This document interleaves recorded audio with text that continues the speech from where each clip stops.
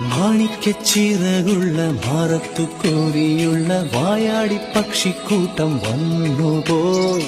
കാടൊന്നു കാണാനായി കൂടൊന്നു കൂട്ടാനായി ആകാശപ്പുഴ നീവി കുതിച്ചുപോയി. കണ്ടു മലനിര